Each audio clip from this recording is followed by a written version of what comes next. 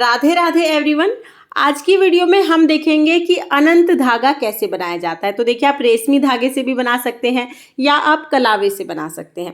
मैं यहाँ पर कलावे से अनंत धागा बनाऊंगी क्योंकि कलावा सूती होता है और बहुत ही शुभ माना जाता है। तो कलावे से बनाया हुआ अनंत सबसे ज़्यादा शुभ रहता है। तो देखिए, मेरे कलावे में यहाँ पर 5 धागे हैं, 5 तार हैं। इसी तरह से हमें 14 धागे लेने हैं। अनंत जब बनता है तो 14 धागे से 14 गांठ लगाकर अनंत बनाया जाता है।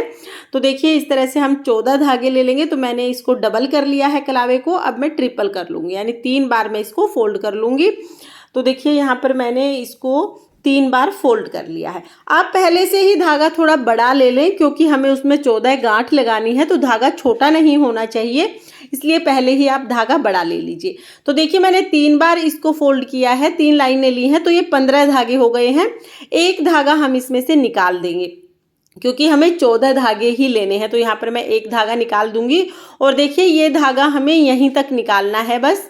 तो देखिए, बस यहाँ तक हमें ये धागा निकालना है और यहाँ तक धागा निकाल के फिर हम इसको तोड़ के अलग कर देंगे। तो यहाँ पर मैंने एक धागे को अलग कर दिया है। अब ये हमारे पास कलावे के 14 तार हैं, इसका हम अनंत धागा बनाएंगे।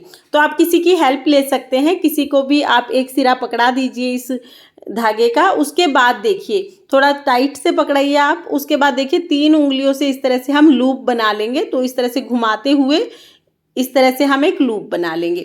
अब जो दूसरे हाथ में जो धागा है उसको लूप के अंदर से हम निकालेंगे। तो देखिए, इस तरह से हम लूप के अंदर से इस धागे को निकाल कर और फिर खींच देंगे। इस तरह से हमें इसको टाइट कर देना है।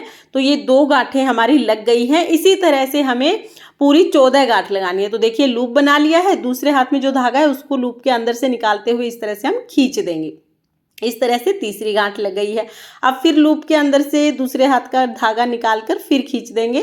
इस तरह से चौथी गांठ लग गई है। इसी तरह से हमें पूरी 14 गांठ लगानी है और अनंत का डोरा हमें बनाना है। कुछ लोग अनंत का डोरा कहते हैं, कुछ लोग अनंत का धागा कहते हैं। अनंत चतुर्दशी के दिन ये धागा पहना जाता है।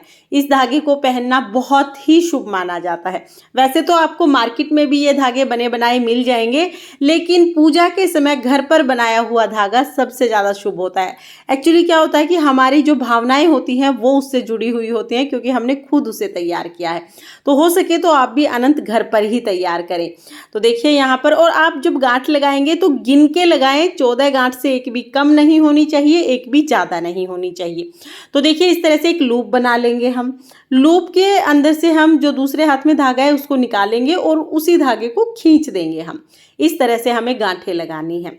और अनंत चतुर्दशी के दिन जब हम पूजा करेंगे तो अनंत धागे की पूजा भी हमें साथ में ही करनी है और कथा सुनने के बाद हमें ये अनंत अपने हाथ पर बांध लेना है। अब देखिए, हमारी गांठें पूरी हो गई हैं। अब लूप के अंदर से हम इस धागे को इस तरह से निकालेंगे और धागे को इस तरह खींच देंगे। इस तरह से लॉक कर देंगे हम यहीं पर।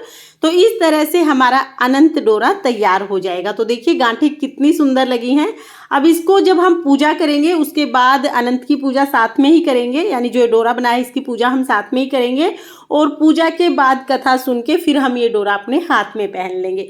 तो देखिए, मैं आपको नज़दीक से दिखा देती हूँ। सभी गांठें बिल्कुल एक जैसी लगी हैं और बिल्कुल ऐसी लगेगी जैसे आपने चोटी गूंथी हो। बिल्कुल इस तरह की ये दिखेंगी। बहुत ही सुंदर ये डोरा बनता है और हाथ में पहना हुआ भी बहुत अच्छा लगता है।